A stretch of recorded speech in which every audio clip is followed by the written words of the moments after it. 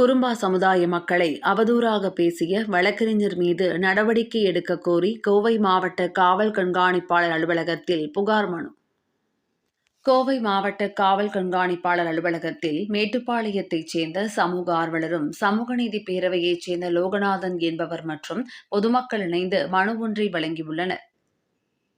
மனுவில் வழக்கறிஞர் பரமசிவம் என்பவர் குறும்பா சமுதாய மக்களை அவமதிக்கும் வகையில் மிகவும் ஆபாசமாக பேசி அவற்றை வாட்ஸ்அப் குழுவில் பதிவேற்றம் செய்துள்ளதாக குறிப்பிட்டுள்ளனர்.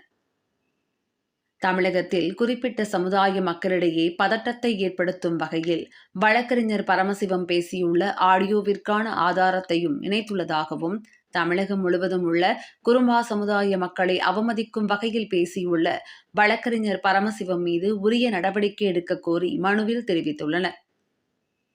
மனு வழங்க காவல் கண்காணிப்பாளர் அலுவலகத்திற்கு துரைசாமி, செந்தில்குமார், ராயப்பன், கிருஷ்ணசாமி, சரவணன், பாபு, மகேந்திரன், வேலுச்சாமி, சுகுமார், ரவிச்சந்திரன், விஜயகுமார், மகேஷ்குமார், ஸ்ரீனிவாசன், கோபால், சதீஷ்குமார், நிர்மல்ராஜ், குப்புசாமி, ரமேஷ்குமார், பத்மராஜ், கமலக்கண்ணன் உள்ளிட்ட பலர் உடனிருந்தனர்.